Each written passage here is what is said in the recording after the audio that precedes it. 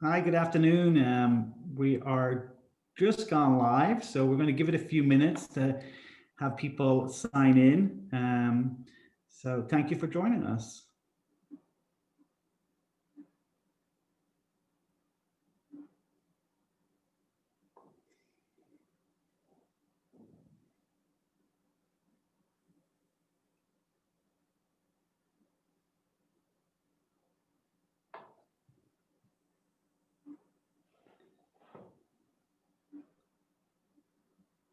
Hello again. I still see that we have people signing in, so I'm going to give it another minute or two before we get started.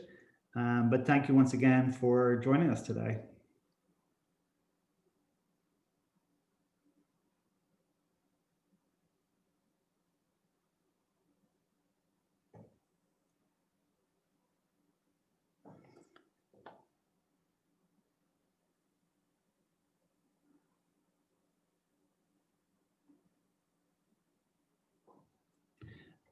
So someone's asking if the cameras are off, and that is correct. And the functioning of Zoom that we have here, I'm hoping that you just see myself and Emily at the moment, but you will not see the other participants. But if you want to communicate with Emily or myself, you can use the chat box. But more importantly, if you have particular questions for Emily, to use the Q&A box.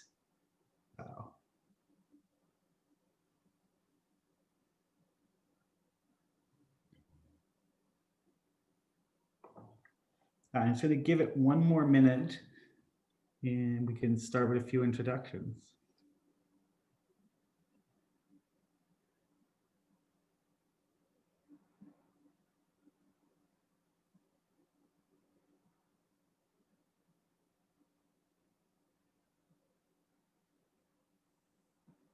Okay, so we're at like 3 minutes past 2. And to respect everyone's time, I think we probably should get started. So let me start by introducing myself. For those of you who don't know me, my name is Mark Graham. I'm the Vice President of Program Services at an agency called Coordinated Behavioral Care. Some of you will be very familiar with CBC, but for those of you who are not, CBC is a membership organization. We were formed in 2011 by 50 nonprofit organizations across the city. Most likely agencies that you work for, ranging from SUS to the Jewish Board to CUCS to ACMH. And those agencies came together to form CBC as an organization that could really help transform the care delivery across the city. And in doing so, bring those agencies closer together so they could work in collaboration with each other. And most importantly, in some ways, share resources. And as CBC started, the Department of Health asked for CBC to become a lead health home in New York City. And we are the second largest today, and providing health home care coordination services through our member agencies across the 5 boroughs of New York City. And I've been with CBC for the last 6 years. I came on board to start a program called Pathway Home, which was an innovative care transition program, which has grown from the original 2 programs to now 15 programs across the city. And again, the care delivery is provided by our member agencies. And my role is also to develop other additional innovative programs, which we now have in Staten Island, the Bronx, and in Queens, and continue to look for grant and funding to develop programs that we work in partnership with our member agencies on. A little over 2 years ago, CBC was awarded money to form a training institute. And from that, I had the opportunity to meet and hire Emily Grossman. And I'm going to actually read a little bit of her bio because it's pretty impressive. But Emily Grossman has worked in the mental health field for the last decade, beginning on the front lines as a peer specialist in the community mental health field in New Jersey. After several years, she transitioned to doing mental health provider training and system change work at large organizations such as the Jewish Board, Columbia Center for Practice Innovation, and the New York Association of Psychiatric Rehabilitation Services, NIAPRS. In 2018, she was the winner of the National Council for Behavioral Health's prestigious Peer Specialist of the Year Award. Currently, she, and we are very fortunate, is the director of our Training Institute at Coordinated Behavioral Care, and she has a small private peer practice. Emily frequently speaks nationally about mental health recovery. She holds a master's in education from Columbia University and a bachelor's from Rutgers. In addition to all that, Emily is someone who lives with a mental illness. And to frame things on our conversation and discussion today is to talk a little bit about mental illness and her willingness, which I'm very grateful for, to talk about it in a public forum. With other conditions, people talk about their treatment and their recovery with friends, with family, with their co-workers. But all too often, people living with mental health conditions do not feel comfortable sharing their diagnosis with individuals for fear of being judged or the way that people will respond to them. And yet, by doing so, like Emily will do today, enables people to support their recovery and the work that we do with them. And so I'm very grateful that Emily approached me and asked if I would be willing to sort of facilitate a conversation with her to discuss her diagnosis, her treatment, and her recovery, and her work that she does today.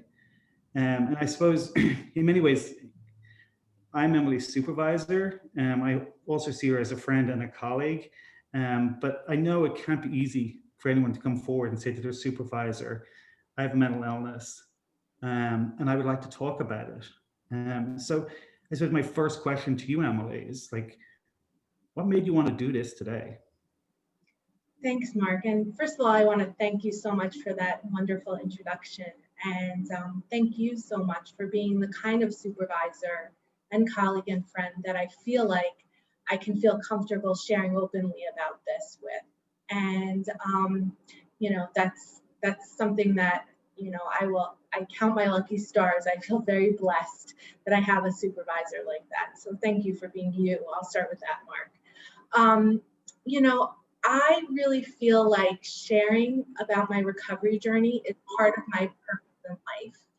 And I feel that way because every time I share, I have people say to me, Emily, I'm so glad you shared that because my uncle, my aunt, my cousins, I struggle with a mental health diagnosis myself. And when 1 in 5 Americans right now are struggling with mental health diagnoses, or maybe not struggling, but living with them, I think it's so important that stigma gets erased. And the only way that stigma gets erased so that more people are willing to go into treatment is if they see that people are living successfully with a mental health diagnosis, that people are recovering, that it's not all what you see in the news about people with mental illness, that they shoot up buildings and do horrible things. It's important that people associate people with mental illness as people that can live in the community and thrive.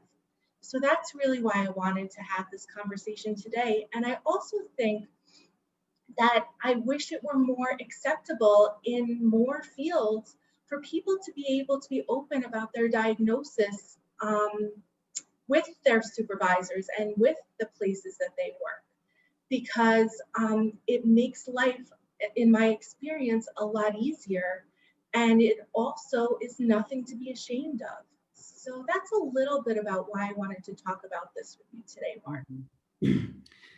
And I appreciate you really saying nothing to be ashamed of, because as we know, there isn't. And I fear often in our society, even in this day and age, people do feel ashamed of their mental health diagnosis and don't feel that comfort. So I think having people like yourselves is really great, because you provide sort of a peer role for individuals to encourage them to feel more open in discussing their diagnosis. So I've been a social worker for 20 years in the mental health field. And so when I get working with someone, they have the diagnosis, and I look about supporting them, and it's usually their social needs and stuff. But a question like I don't get to ask them, and I hope you don't mind me asking, is like, what's it like to be diagnosed? Like, how old were you? What was it like to receive that diagnosis? What did it mean to you at that time? Yeah, it's a great question, Mark. So I was diagnosed when I was 18 years old. I had just turned 18 and was a freshman at Emory University in Atlanta, Georgia. And I was always an overachiever in school. I took school like it was a job, really, and really had worked hard to get into college and took it very seriously. And I remember calling my mother about 2 months into school. I had been doing really well in school, loving my friends, doing well academically. And one day I just was having such a bad panic attack, which I didn't know that that's what it was at the time, that I couldn't get out of bed. And I called my mom and I said, Mom, I'm worried. I can't get out of bed. And being the mother that she is, she said, what do you mean? Put on your clothes and get to class. And I said, Mom, I really can't. So anyway, we continued the conversation. And little by little, she said, honey, I think you might want to go to your counselor at school and talk to them a little bit about what's going on. And so I went to that counselor and, I pulled myself out of bed, went to the counselor, and I think that person was so overwhelmed by my overwhelm that they immediately referred me out to help off campus. And that person was the first person to say to me, I think you have depression and anxiety, and I think you should take medication. And I was terrified. I mean, this was in 1996, so it wasn't like now where you have celebrities coming out and talking about mental health diagnoses. All I knew about mental illness was, I remember there was this show on television, Beverly Hills 90210. Do you remember that, Mark? So it was a show in the 90s, and basically one of the characters' girlfriends had a mental health diagnosis, and she was trouble. I mean, she just that's all I knew was that this woman had a mental health diagnosis and she was ruining everyone's life on the show. So I wanted nothing to do with that. And I ended up, my mom ended up, after a few weeks of still struggling with intense panic attacks, my mom ended up coming down to school, and little by little, I just was getting worse and worse. So my treatment team and my mom and my dad decided that I should come home for treatment. And that was when I really started to feel like I had ruined my life in my 18-year-old mind, because I had worked so hard to get into school and now I was leaving. And very shortly thereafter, I had my first manic episode. I was mostly just struggling with depression and anxiety, but very shortly thereafter, I had my first manic episode, was hospitalized, and then was diagnosed with bipolar II disorder. And it was terrifying. I mean, it felt like a life sentence. It felt like they were telling me, you'll have to take medication for the rest of your life. You're always going to have this diagnosis. You're going to have to learn to live with it. Prognoses, we're not sure. There wasn't a lot of good news. And so I was really, really terrified. And being in the hospital that first time as an 18-year-old young woman on a unit with adults whose illnesses had seriously progressed, I looked at them and I thought that that was how my life was going to turn out too. So it was quite terrifying. I can imagine. In that hospital stay, did anything occur? Like, did you feel a support given your age? Did you feel that in any way you were treated differently because you were first onset or first episode, first hospitalization? I was pretty much thrown in with everyone else. And I remember, the nurses were like behind this thick glass and they didn't come out too much. You felt like you were a fish in an aquarium kind of thing, being watched by these nurses. And I didn't feel that there was anything different that they did for me as a young person than what they were doing for people that were older at the time. Yeah. So I suppose building on that a little bit, we have providers on the phone now, if they were working with young people or young adults, like, is there something you would share to say, like, here's a lesson you learned and what would have been helpful perhaps for you? Yeah. I think the biggest message that I wish I was receiving at that time that I wasn't receiving was, Emily, this does not mean that your life as you know it is over, that you are now a quote unquote mental patient, and that's the way life is going to be for you. Mhm. You can still have your dreams. You still have the same potential within you that you had at the time, that you had before your diagnosis. That's all still inside of you. And you don't lose that because of a mental health diagnosis. And we're going to help you to bring that healthy part of you back out. So that's what I wish I heard. Thank you for that. I'm just going to encourage people, if, this is a sort of a live chat, if you will.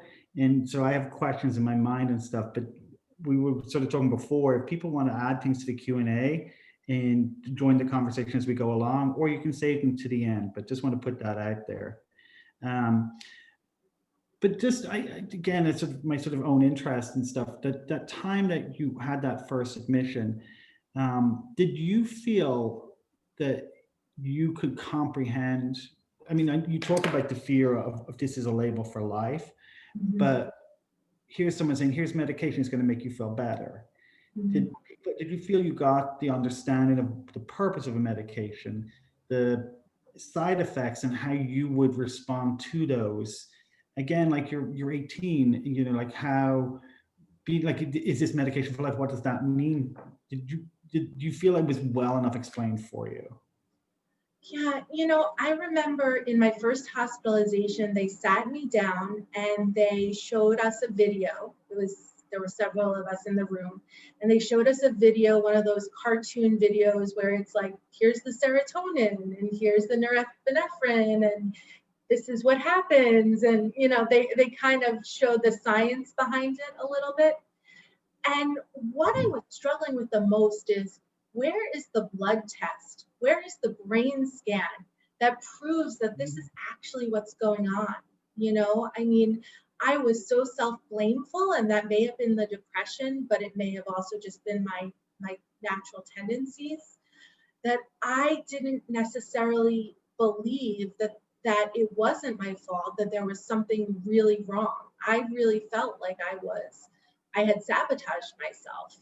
And yeah, so that was the struggle. I was certainly someone who was willing to take medications and try, but what I found is, in the next couple of years, I was very quote unquote medication resistant. Not that I wasn't taking it, but that everything they had tried really was not working. And so it was kind of like, I felt like a psychiatric guinea pig is the best way of explaining it, where I felt like they were just trying different things all the time. And, with each one of the meds, there's side effects and, as you know, and there's so much that happens to your chemistry by taking different medications, and especially at the pace that they were trying different things for me. So it was very complicated. But so, just from my own sort of, like, again, someone who hasn't gone through this, that you're in the hospital, the hope of any hospitalization is that you're stable enough to return back into the community. Yeah. And so you get discharged on whatever medication that might be. What would happen? Because I know you shared with me before that you went back to hospital a number of times. What was going amiss in the community, or where do you feel like the gap in care was in your recovery there? Yeah.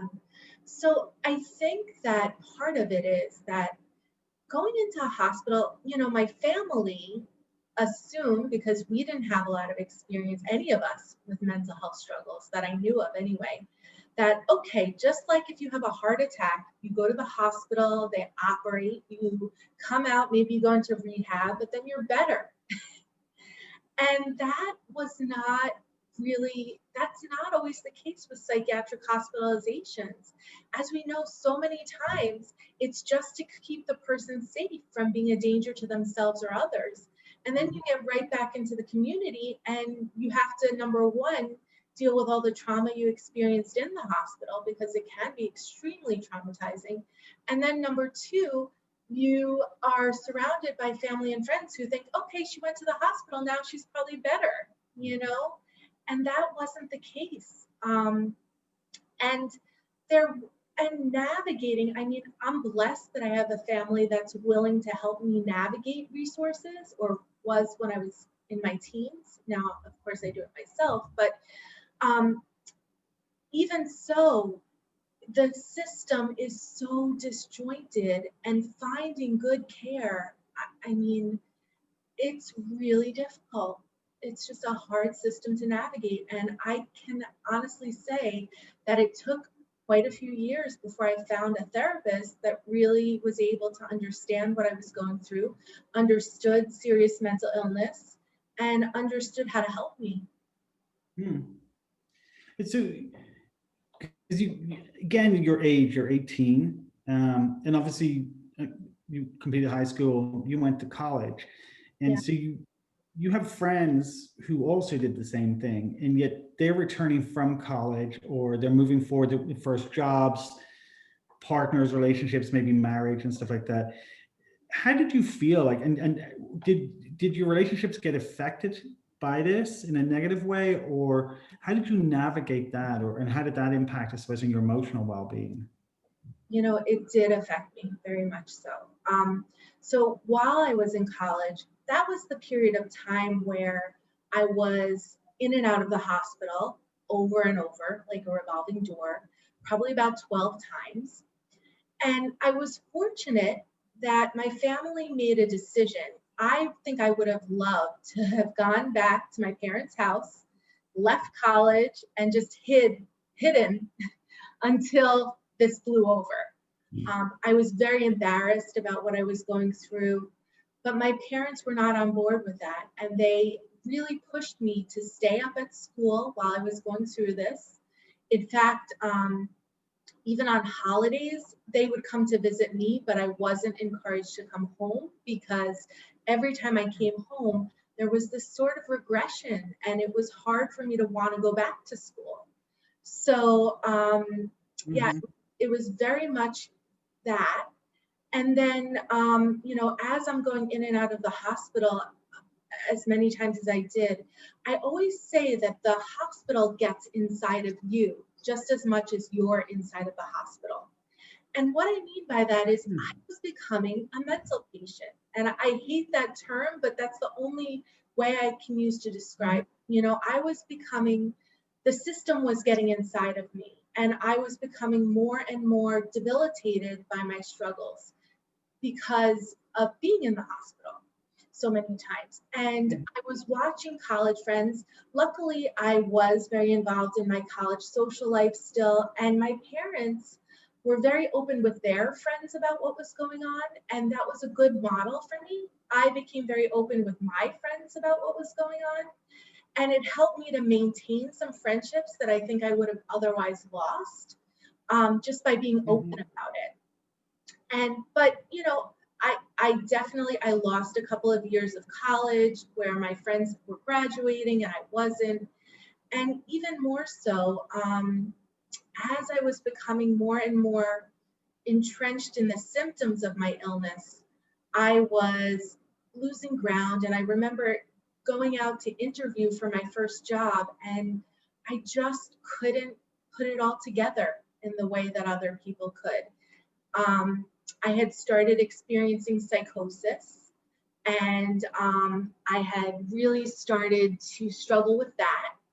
And in fact, in my last hospitalization, they interviewed me for the state hospital because I was really not functioning in the community.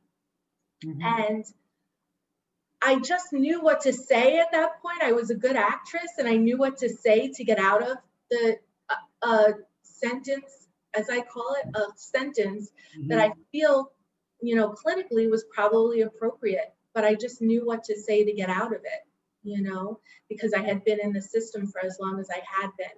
But then there I was, I had been released from the hospital, no job, no real place to live after I graduated. And that's the situation I found myself in. Mhm.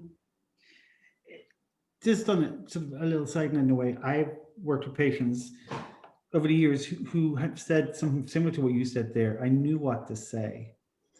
And in a way to sort of like to answer those questions correctly so that they won't send me to state, or to answer the questions correctly, like where I know how to get out of hospital, basically. If I tell them I'm no longer suicidal, I'm thinking positive, I'm going to take my medication.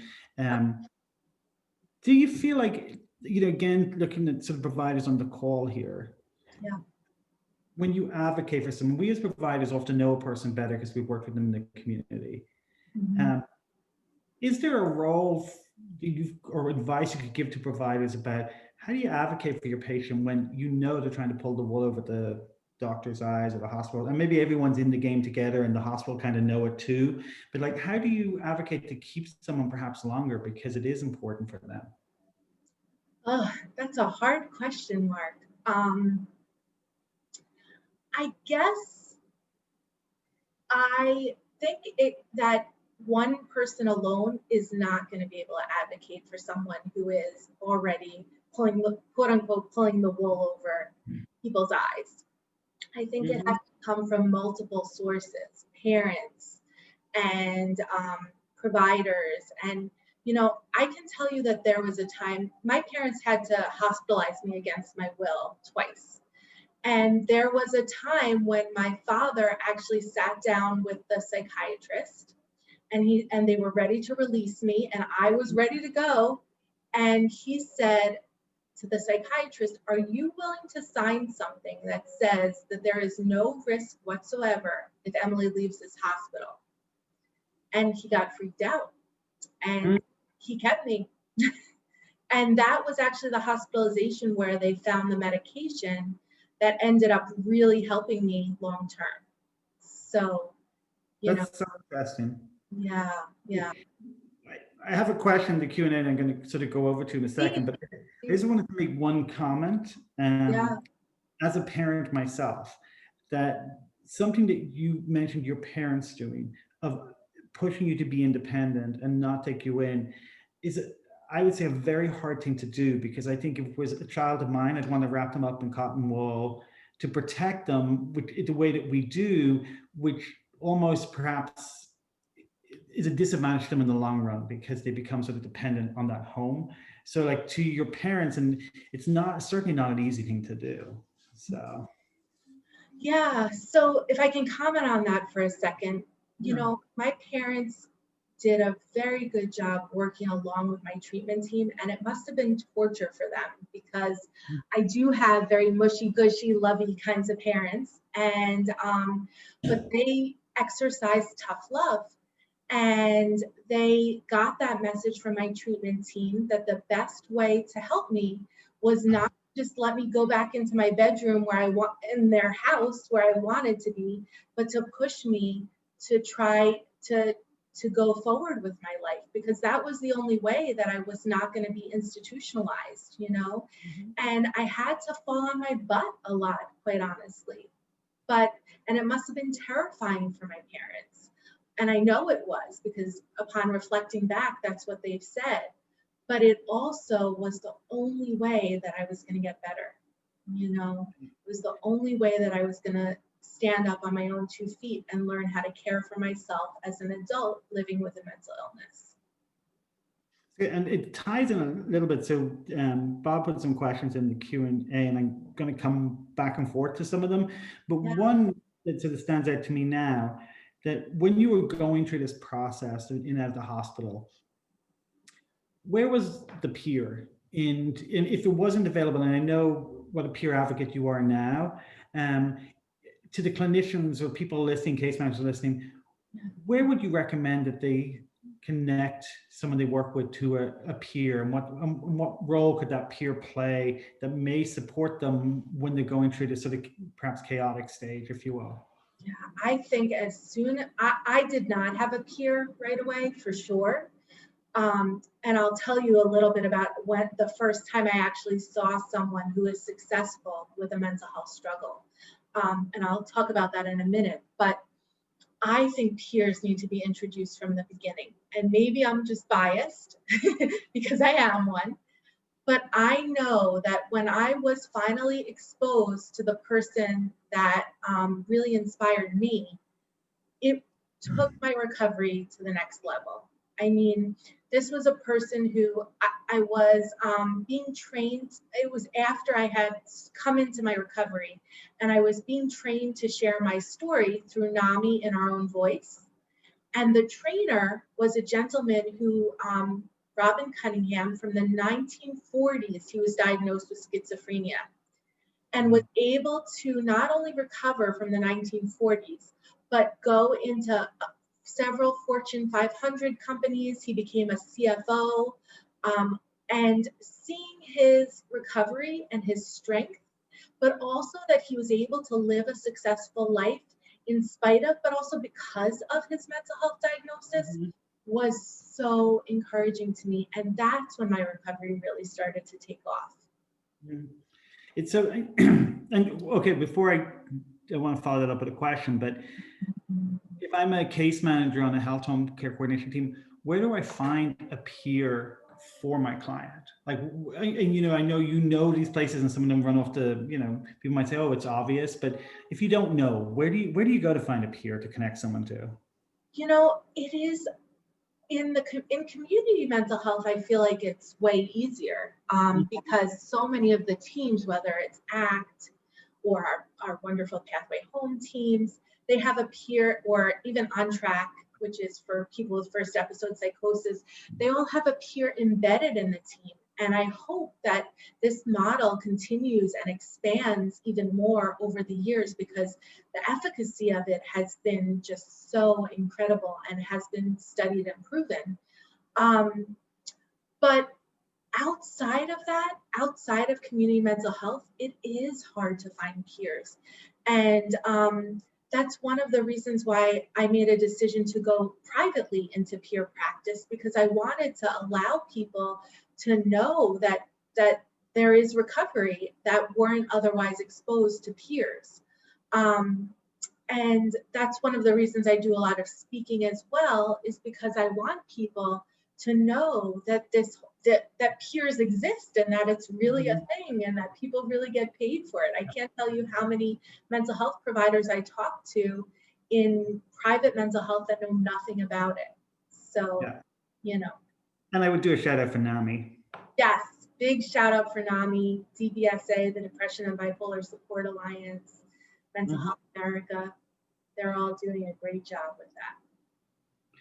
So following on sort of from, you know, you mentioned your peer, someone who'd worked in the financial sector. And this is something that I've struggled, and I know I've been guilty of myself. So I will put it out there, but I look at yourself and you're put together, you have this great job, you're doing this peer work, you have a private practice and stuff. And I'm like, that's wonderful. And I genuinely delighted for you, but you're not my client. And so I'm working with a Medicaid recipient in East New York and stuff. You talk about your parents, they don't have supportive parents. And, you know, like you have advantages in a way that helps your recovery, and it's just not going to be the same for my client. And I'm wondering what you would say to me if I was to say that to you. It's like, look, great for you, but unfortunately my people are never going to be able to do that. Mark, you asked a wonderful and loaded question, and I'm really glad you asked it. Because for me to not acknowledge my privilege would be a shame, because I did have privilege and it did help me to navigate the mental health system. And to ignore that there are these health disparities, especially for people of color, is to make a big mistake, because our system is not equal, and it's not meant to help. It's not built. It should help everyone, but it's not built to help everyone in the same way. And that is something that, if I can get on my soapbox for a moment, we need to fix very quickly. But I do want to talk, and so I say that, and I also want to say, you know, in DBT, dialectical behavioral behavior therapy, we talk about dialectics, right? That two things can be true at the same time. And to me, while I can acknowledge my privilege, I also want to say that I noticed when I was in the hospital that privilege was not the thing that was getting people better. What was getting people better was their own internal grit and resilience. And internal grit and resilience, I believe, yes, there are factors environmentally that help build resilience, but that grit, that internal, I'm going to do this, is something that I believe everyone has the ability to have. And so it's so important that we don't give up on anyone, because to just be able to say that my participants, my clients are not going to be able to get better because they don't have some of the protection and factors that Emily's had, really ignores human resilience and human strength that we all can possess. And I really, truly, like in my soul, believe that recovery is possible for every person. And I believe that some of the darkest times that people have are actually there to build them into the strongest possible people. I will add, because I some of those sort of questions and sort of come from my own experience, and I think I have certainly worked on ACT teams where I have seen people who used to be lawyers, who used to be stockbrokers, who mental illness has disabled in such a way that it shaped their life, and they're not the only ones. That they're people with less resources who get that resilience that you talk about, and perhaps through a connection with a peer or someone they're able to build out. And so mental illness, as we know, impacts across all social economic classes and stuff.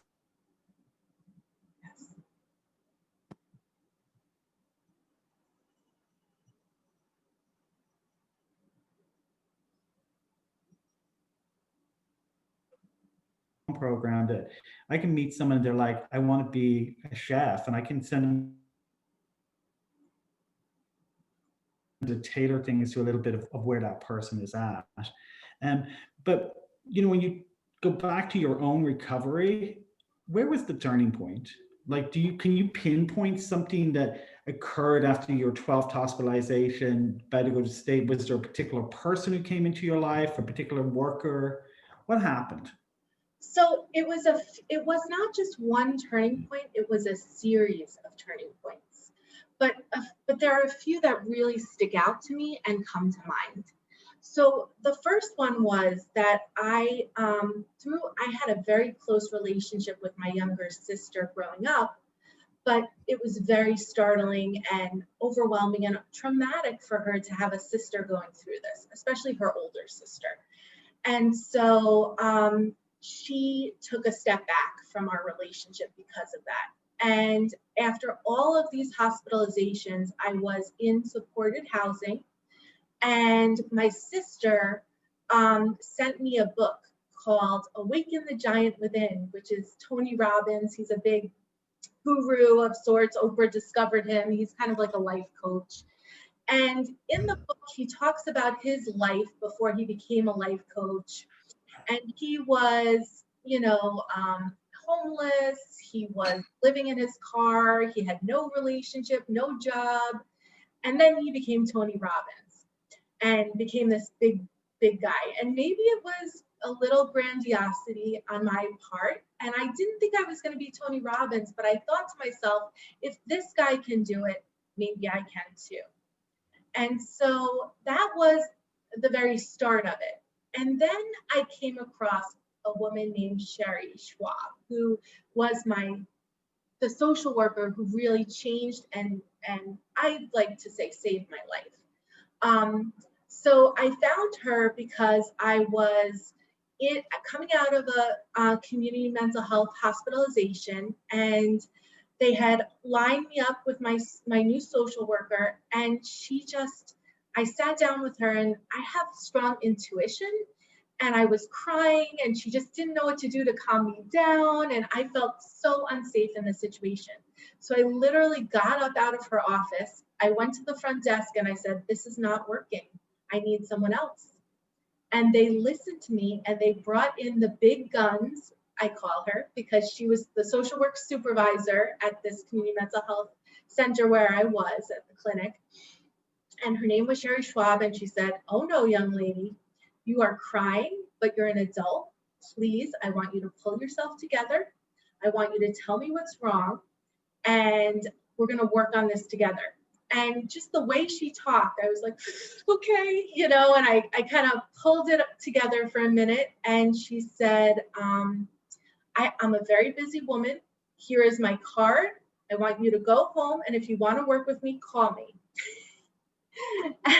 And it was just something about how she took in the reins when I wasn't able to take in the reins myself that I really needed. And Sherry, I say she was a great therapist because she both knew when to pat me on the head, which I really needed, but also when to kick me in the rear too, pardon my expression.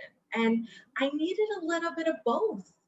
And she also was a DBT therapist, and this was 20 years ago. So she was very groundbreaking in that she said, "Emily, I know you don't have a borderline personality diagnosis, and that's why we're putting people in DBT, but you've tried everything else. Why don't you try this?"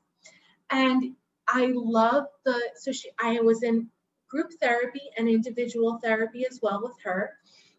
And she taught the group, and she was just a masterful teacher. And I am a little bit of a nerd, and I like school.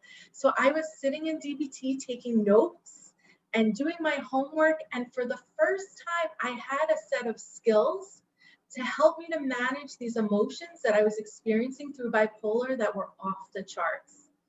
And so it was just, I used to think that the other shoe dropped and I was symptomatic and there was no way I could ever control it.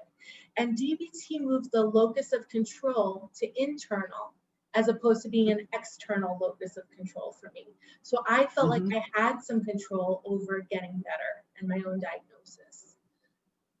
So those were some of the big turning points. None of it was like one of those montages that you see in the movies where all of a sudden, like the person meets Sherry Schwab and all of a sudden she's like in recovery and life is great. But these were seeds that were planted that slowly led to the blossoming of my recovery. Yeah.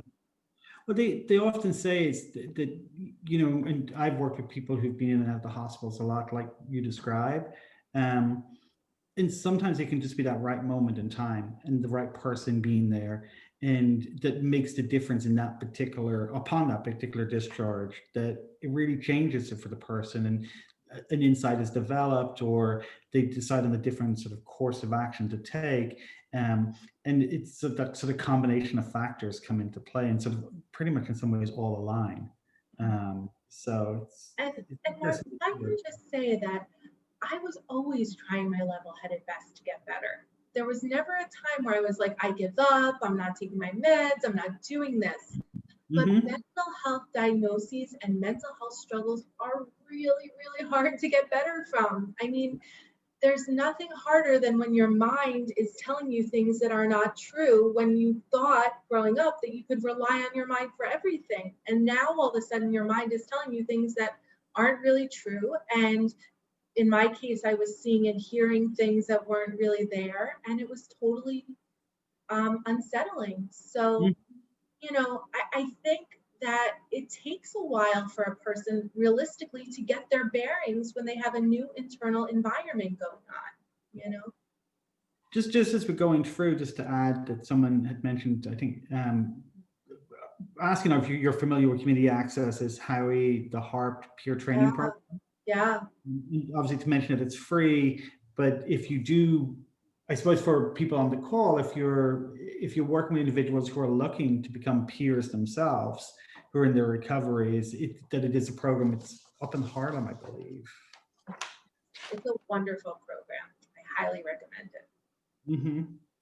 So you mentioned, here's a term like recovery, and you consider yourself, you're living in recovery, you're living with an illness. And but how do you define it? Like, and so what does the term mean to you? Yeah, Mark, it's a great question. And in my years when I've been doing training, often I've had this question and I've had it literally like this. If you look in the dictionary at the word recovery, it says cure. And you, Emily, are not cured. Hmm. And, I look at things a little differently. I look at recovery as I am living a life that is, number one, a life worth living, a life that I'm happy and functioning and enjoying, and and I am not on most days symptomatic. Hmm. And even on days when I have ups and downs, they are not the kinds of ups and downs and the psychosis and the mania and the depression and the panic attacks that I was having all those years ago. That has really honestly resolved itself. So yes, I have ups and downs because I do have a mental health diagnosis, and also who doesn't have ups and downs, but Hmm. I don't have the kind of ups and downs that impede me from having a life that I enjoy, where I can give to others, where I can really make a difference in the world. And honestly, that was one of the things that drove me in recovery, was that I always wanted to make a difference in the world. And I didn't know how I was going to do it. But that's why I lied when they were going to put me in the state hospital, because I knew that from a state hospital, chances are I didn't have the best shot of making a difference in the world the way I wanted to. Hmm. So taking your sort of recovery, that sort of next step, where I find it sort of the brave world that you live in, um, your work life, Yeah. where how open, like when did you become so open about your lived experience? For people perhaps on the call who are going through something, when do you disclose? Like, when is an appropriate time? And how do you live with your illness in maybe a stressful workplace? Yeah. It's another great question, Mark. So I was not always out about my mental health diagnosis. My first career job, I had a number of jobs before I went to graduate school, but my first career job was working as a 7th grade public school teacher. And working in the public school, I was very concerned that parents, if I gave their child a bad grade, or if they didn't, parents put a lot of pressure on teachers, as many of you I'm sure know. And so I was afraid if I gave someone a bad grade or someone was not getting along with me well, the parent would say it's because of her mental illness. And there was so much bureaucracy and red tape in the school district that it didn't feel like the right thing to do, to come out about it while I was in public school. But when I was trained to become a peer provider, I felt free. I felt like now I don't have to hide anything. I can be authentically who I am. And furthermore, being authentically who I am is valued and has a purpose. And so that's when I first started coming out about my mental health diagnosis. And in terms of disclosing, I really advise people to feel out the situation, right? You're not gonna share the same things with every boss, because it really depends upon the boss's ability to tolerate and understand that you have a mental health diagnosis and what that might mean. So, and I also feel that as I've, progressed in my career, being someone out with a mental health diagnosis, it's gotten a lot easier. I've had more practice disclosing to bosses, and I've had bosses that are supportive, like yourself, Mark, and that's made a difference. But I want to just say one other thing about disclosing to a boss. It's very important that as a person living with a mental illness, the relationship with my boss is professional and it's not a therapeutic relationship. And in mental health, we can fall into that trap, right? Because a lot of bosses do have social work backgrounds, etc. And so I have to be careful as an employee to not over disclose in a way that can lead to almost what feels like a therapeutic situation. And I think also, Mark, that as a boss, if I may say, you have a very good way of keeping it professional as well and straddling that line. So I'd imagine that is a hard line for bosses to maintain. So. Yeah, I mean, but I think it's a conversation that is worthy, not sort of just here with our sort of relationship and stuff like that, but I think it's an important area to have wider discussions within agencies, within, we work in the nonprofit world, so perhaps there is more of an understanding. And there's a question actually came in about, other than the school where you worked, like, is there ever a place you've worked where you didn't feel safe disclosing your mental illness and perhaps were concerned about what the repercussions may be? Yeah, pretty much every place I worked before I worked in mental health, I was concerned about the repercussions. It is not, it's not because of stigma, unless you really find a boss that really gets what mental illness is, it can put you in a disadvantageous situation to disclose. And it can put you in a situation where a boss is watching you more carefully and wondering if when you have a if you have a slip with your work performance, is it mental health related? Is it not? So I think one has to be very, very careful about who and when they disclose to. And I think it's also important to really build a relationship with that supervisor first and get a sense of who they are before disclosing to them if that becomes something they need to do. Yeah, I think just, and again, I'm a social worker, so perhaps I have more insight than other bosses would have, but something for me, I think, is that if someone discloses something, it perhaps sometimes helps understand. Like if someone's, saying like, I just can't come in today, I need a day. It's like, you need a day. Take the time that you need, because I think there is a need to take care of oneself. And I think it's not that you get treated any differently than anyone else that I supervise. But I feel that you've been open, and I've sort of appreciated it's like, I need a day today, I need a moment, or this is just a time where I just need it to take off. Without having to sort of, I remember years ago when people used to fake cough on the phone to say they had a cold. It's like, if you just need the day, you need the day.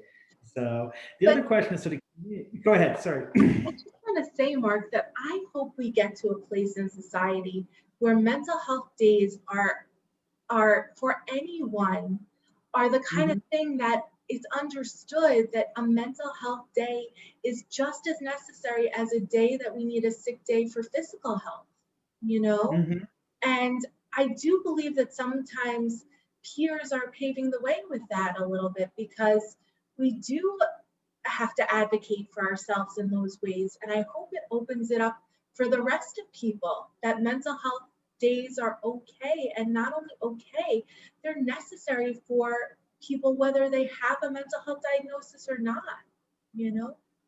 Yeah, I agree. And I think there's another question that sort of came in with it. Just thought was interesting.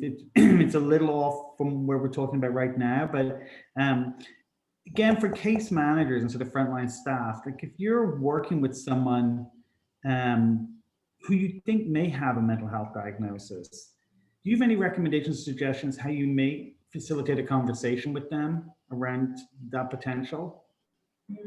So are we saying like a frontline staff themselves has a diagnosis, but they're not open about it? I was thinking actually more if they were working with someone who is perhaps in their soup kitchen or was coming to another support program, and they recognize, particularly in this world of COVID, that someone may have increased anxiety, and that's what it is. So how do you, do you have any techniques to sort of start the conversation with someone who perhaps doesn't recognize in themselves that this is anxiety, this is depression? Yeah, I love that question. I think it's to start by normalizing it as much as possible. To really say to someone, look, I've noticed that you are are seeming a little more anxious than usual. I want you to know that a lot of people, especially during COVID, are having that experience. I've had anxiety at times. It's something that I want to let you know is something that people are going through right now. And I'm wondering if we can talk a little bit about getting you some more support around this very normal experience that you're having. I just think the more we make it, if we make it this big scary thing, people are going to be scared, and they're also going to associate themselves with stigma, and they're not going to want to get help. But the more we normalize it and we say it's not a weakness and it's a strength to want to get help, I think the more likely people are to do it. I mean, I tell my clients that I think they're warriors. I really do, because living with something like this it's really a battle every day. And so I think that when we frame this as, yes, you have this extra thing you have to work on, but because you're willing to work on it, you are a warrior. You have strength, and recognizing that, I think, is super important. And that leads to another question that sort of came in. You sort of talk about the everyday. It's like in your own sort of recovery, like outpatient now, do you feel like you're in an established practice and have been for a long time? Or do you find that over the course of time you switch practices, particularly if you move? So if you've been living in one apartment and you move to another part of the city or something like that, how do you navigate that? Yeah, so I have switched several times since I worked with Sherry all those years ago. I always know when it's time to switch. I just look at it as new teachers. Like when they say that saying, when the student is ready, the teacher appears. And I think you can walk with someone for a certain amount of time therapeutically, and then you've learned everything you can from that person, and they've given you everything they have, and it's time to find a new teacher. So I know when it's gotten to that point, when I notice that we're talking about the same kinds of things week after week, and I'm not making any progress in those areas. I start to think to myself, well, maybe there's another modality of therapy that I can try that can help me. And recovery is like layers of an onion, right? You peel back some of the layers, and then another piece that you need to work on appears, and you peel that back and another piece. And I intend to be working on myself for the rest of my life because I want to grow, And so it's impossible for one therapist to carry you through all of those different layers. And so that's kind of how I have handled that. So, because I was expecting you to say the opposite. I was expecting you to say, no, I travel halfway across the city to stay with the same therapist and same practice. So it's really interesting to sort of hear that. And something I said earlier about like being a parent myself, and like kudos to your parents, I would have wrapped my kids in cotton wool.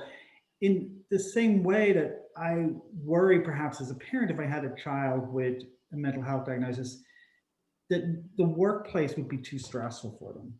Yeah. And that they would fail, and then it's going to impact their self-esteem and stuff like that. And that maybe it's better if they do something more menial. And I'll be honest, like, why put that pressure on them of taking on? And I've seen this with friends I know who have mental illness, whose families have said, like, no, just work in the family business, and they're given some small task to do. What do you say to someone like me? It's a great question, Mark. Actually, in the field of psychiatric rehabilitation, they have done a lot of studies that show what I've experienced myself, which is that work actually contributes to people's recovery. Feeling like I remember when I got my first job and I was like, I can actually be a part of the gross domestic product, and I can pay taxes. I was excited to pay taxes because I wanted to be contributing in the world.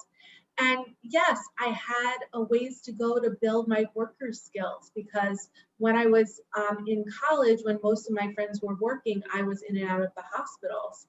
But I needed work, and it has built my recovery and helped me.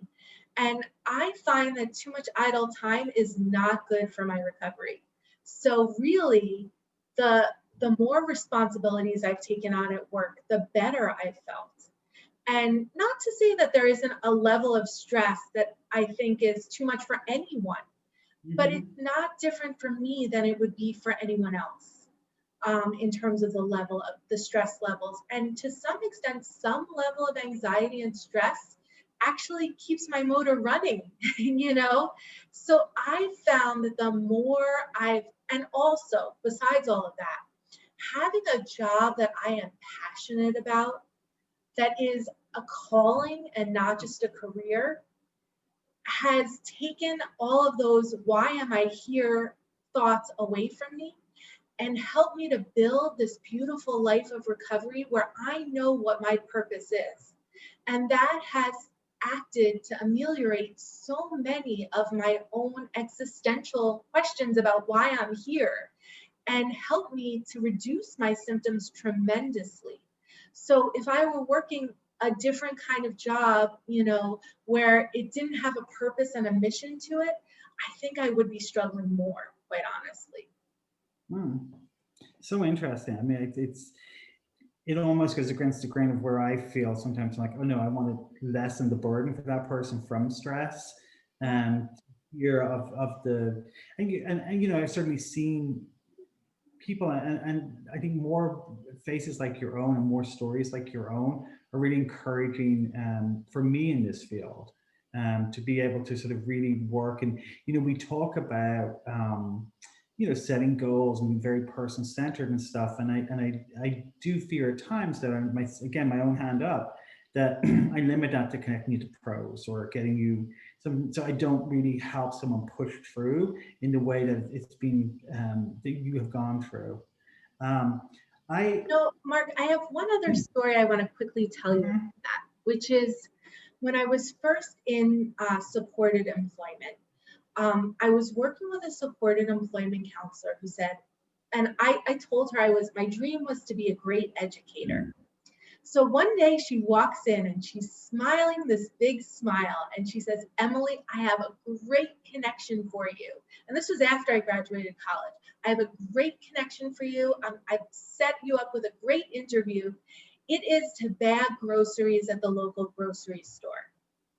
And, I'm not above any job. It's nothing like that. But Mark, I am the worst grocery bagger.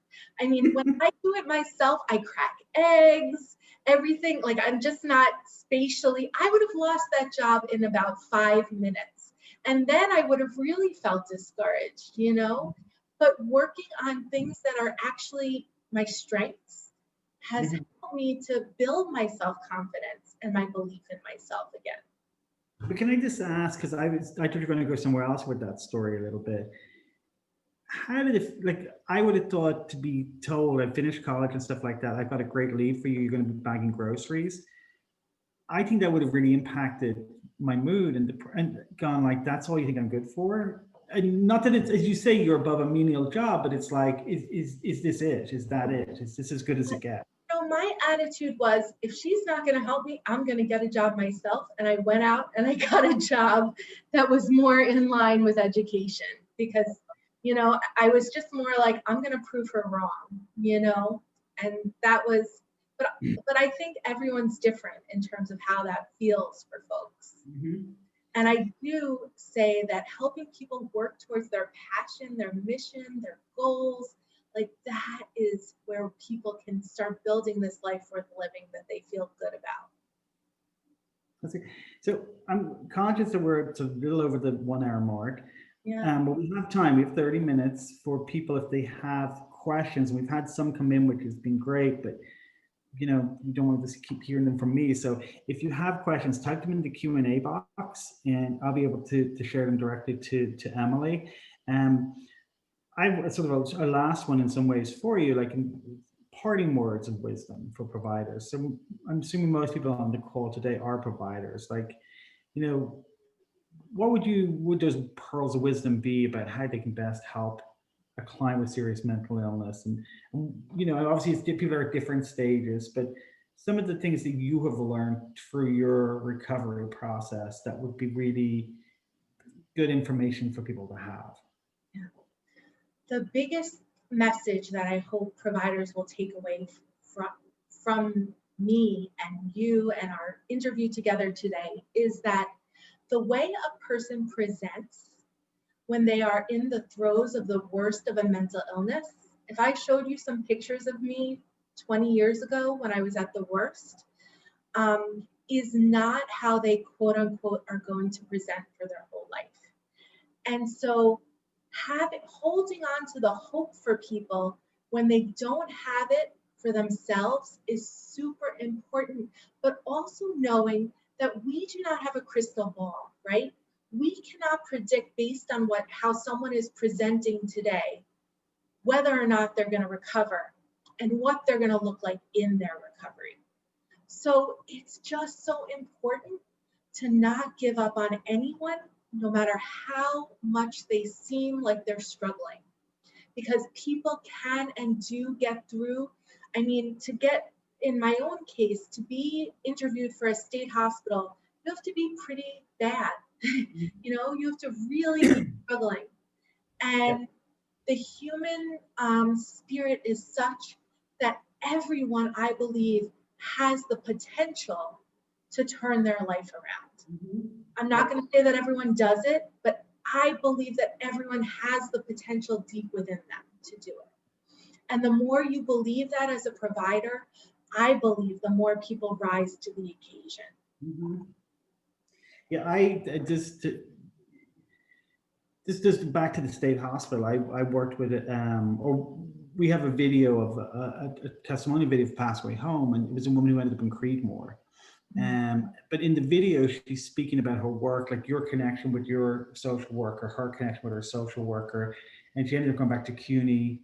And she was very smart. She was then volunteering, and someone said to me after I showed it once to a group of sort of social work students, they were like, back to that idea, that's not my client. And I said to them, I said, but she went to a state hospital. There isn't a low bar to get into state hospital. Like it's you need to reach a pretty high threshold. And so you need to think you're seeing this person now, you're seeing her jogging, you're seeing her tell her story, but you haven't seen what she has gone through and what she has been through. And so I think there's a judgment that sometimes it's almost like the negativity in our society that this person can't actually get to a state where they can recover. And so, I appreciate all that. I'm not seeing all the questions coming in, so people do have a few questions, but I do have something else I sort of wanted to sort of go back to a little bit. I've sat through your coping skills training, which is, if you haven't attended it, and Emily runs it at our training institute, and just a little plug for our training institute that Emily runs. If you're not getting our monthly calendar, reach out to Emily or myself afterwards at CBC. And we'll ensure that you get added to the distribution list for all of our trainings. But what are your go-to coping skills? Yeah, so one of the things that really took my recovery from here to here was spirituality. And I'm not here to push any kind of spiritual practice or proselytize or anything like that. But my spiritual practice involves meditation. And meditation is what has brought my recovery from like living and existing and living a pretty good life to more of a thriving position in life. It just, the way it has cleared my mind, the way it has helped me to focus and maintain presence, especially when I'm doing trainings, right? If you're not present with people, you're not able to be a good trainer. So it has just changed and transformed my life. So one of my go-to coping strategies is really that every day I meditate in the evening, and in the mornings I take a long meditative walk, which also really, really helps me to cope. Talking to my support network is super important. I'm an extrovert, if you couldn't tell already. So I need those phone calls. I really do. And getting together with friends and all of that stuff is super important to my recovery. I also have noticed that I have a nutritionist and a food plan that involves, I've taken out caffeine, I've taken out sugar, I've taken out flour, and many other foods that are just not good for me emotionally and also aren't good for me physically. And that has been so important to my wellness. So those are some of them. Also breathing strategies and therapy regularly. And I do still take my medications. Some people are pro or con medication. I feel like if it ain't broke, don't fix it. And my meds work, so why mess with it? But I also there are things that I specifically don't do that help me cope. One is I do not watch the news because I am an empath. I read about the news so I stay informed, but when I watch it in real time as an empath and as someone who really experiences her emotions intensely, it really affects my mental health. So that is one thing. I go on a complete news fast. And I also try to stay off of social media for the same reason. So those are some of my coping strategies. I mean, I actually have in my phone a list of about 60 different strategies that I use when when I'm struggling in some way. So I try to keep them written down because when you're struggling, the last thing you think about is your coping skills. So. Two things real quick on that though. The news, I have a very similar, I can't watch. And I noticed something working from home after COVID broke, I didn't listen to the news in the car. So when I switched it off the TV, but I used to listen to NPR, and yeah. I realized that made me feel a little less stressed. Yeah. It was a small thing, so it was a similarity. Also, just to say about the food side of stuff, I have a sister-in-law who's spoken to me a lot about that and had the impact of food on your emotions and stuff. And it's a very interesting area that I think is underexplored. Yeah, absolutely. But just two quick sort of a question that came in from Julia was just about your diagnosis, like how long you've had it, and so how long have you been sort of on this sort of, I suppose, whole process from your first diagnosis? Yeah, so I was diagnosed at 18. I am now, and I will reveal the age, I am 42. So, I've had it over 20 years. And my recovery happened, I would say about 15 years ago was the start of it. But, recovery is an ongoing process. So, yeah. There's another question here, which is sort of interesting too for us social workers out there. What would you say to someone who's interested in becoming a peer who may already be a social worker? So someone who is in sort of the field, who's lived experience, like how do you go about sort of becoming more of that peer role that you've taken on? I can't speak to that from personal experience, but I do know that there's a very large peer community in New York City. And we put on a conference every year, just a plug, shameless plug. And I do have a number of colleagues that are in that position where they are both peers and they are social workers, or they're peers and they have a PhD in psychology. And more, it's groundbreaking, it's new. And so I don't have any great advice except to say that you're not alone and people are doing it. And I hope we have more and more of it because I feel like disclosure for a social worker, this idea that social workers should not disclose at all, is really, when I was trying to recover, I was very hungry for stories of people who had been through what I had been through, or even had been through an obstacle of their own and were willing to disclose about it and say how they got through it. So I think that people really benefit from disclosure from their therapist, as long as it's not overwhelming disclosure where it's serving the therapist more than it's serving the person in front of them. I think it has to be used in a measured way. And maybe if people want to reach out to Emily for more, they might connect. Yeah, of course. No, so here's something and I don't know the the right, whether it's right to ask or not in a way, but there has been a couple of questions sort of in the chat box just around medication and medications that you take, and I'm not sure.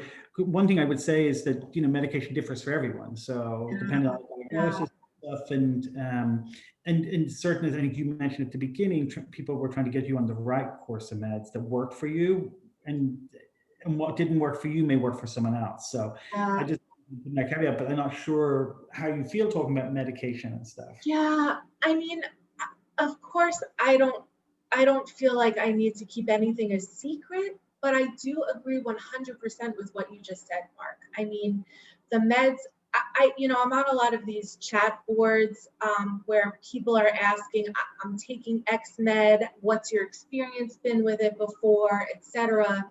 And honestly, meds work so differently in everyone's body.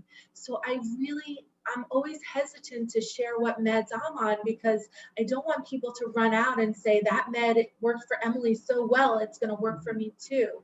I mean, I tried everything in the book and then some. And sometimes meds that had worked at one point for me didn't work later. So I have been on the same regimen of medication for about 10 years now. But remember, I was diagnosed over 20 years ago. So I do think that, again, I'm pretty hesitant to just say these are the meds I'm on because I don't want people to run to their doctors and say, well, it worked for Emily, it won't work for you. But I will say generally, I'm on a mood stabilizer, I'm on an antidepressant, and I'm on a medication, an antipsychotic for the psychosis. I am not on a benzodiazepine. And the reason I'm not on one is because I was, like a Xanax or something like that, I was for anxiety and depression many years ago, and I became more and more addicted to it. So I had to learn to use coping strategies instead of just popping medication for anxiety and depression in that way. I'm sorry, just anxiety and sleep in that way. And so I'm not on a benzodiazepine and have not been for about 15 years. And I feel proud of that. Is it so two follow-ups because there are some questions sort of around meds. One is like, was there a particular person who helped you see the value in it, or was it something that you recognized yourself from the outset, or was it a psychiatrist or a doctor? And when times they didn't work, when you were having negative side effects, like, did you just give up on them, or how did you manage that? You know, I'm a stubborn person sometimes when it comes to wanting to get better or wanting to achieve a goal. And I think it was my stubbornness that kept me on meds when I when I otherwise would have stopped the process. And something inside of me believed that I would find something that worked eventually.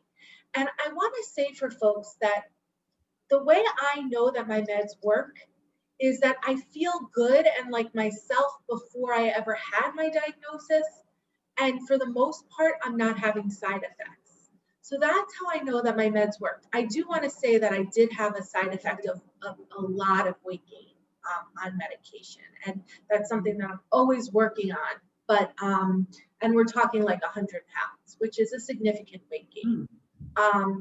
But, you know, and I've taken off 50 of that, and I'm not sure if I'll ever get back down to the 50 more pounds, but I feel like medication, I would rather take meds and be healthy than, you know, be in a thinner body and be in the state hospital. I mean, it's a really hard decision, but it's a no-brainer for me. Yeah, it's a lot of it. I've worked with many people who stop meds because of weight gain. I mean, it's one of the don't, you know, we're very image conscious in this country and world, and people, it's to me, it's been a reason why a lot of that and sexual dysfunction is a lot of reason people that I've worked with have stopped.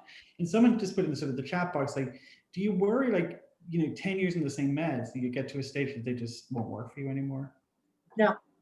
And I don't worry, not because I don't think the meds won't work. They may stop working at some point, but I won't stop working. And what I mean by that is the meds alone are not what is keeping me recovered. The meds are a part of it, and I acknowledge it, and I'm grateful to my meds, but they are not the whole reason I'm well. The reason I'm well is because of the coping strategies that I use on a day-to-day basis. And I know that because I've been on this same medicine regimen and not been well. So, you know, what's the only difference there is how strongly I've been working on my own coping strategies. Sure. I think that, I mean, and it's probably actually a nice way to end. You bring something there about the different components that come into recovery and not having that sort of over reliance just on meds being everything, that there's a portion of socialization, a portion of work, and many different factors and the meditation and stuff that really come together. And, you know, I would say I would probably speak on behalf of everyone today to thank you, and thank you for your honesty. Thank you for sharing your story. You know, it's not only very inspiring, but I think for those of us working in the field, like you live a recovery, and in your recovery, you demonstrate that recovery is possible and that you have done so much and achieved so much. And I feel very honored to work alongside you, and know the value that you bring through your story, but also through your education and stuff in our training institute, which has really sort of grown so dramatically under your leadership over the last 13 months now, or 14 months. So thank you very much for your time. If you have a last comment, fire away. But I just want to say thank you so much, Mark. I mean, I love this conversation, and I really thought you asked such great questions and with such compassion, and also, you know, you just have this style of making people feel comfortable. And so I'm just so appreciative to you, and I'm so appreciative to be a part of CBC and to get to do the work that I love. So thank you. thanks. And for those of you who participated today, thank you for joining us. You know, hopefully there's some information here you can take away and impact the work that you're doing in the community. That is greatly valued. And remember, we have a training institute, and you're welcome to join any of the trainings. They're all free. So join us at any time. So thank you. Enjoy the rest of your day. Thank you so much, everyone.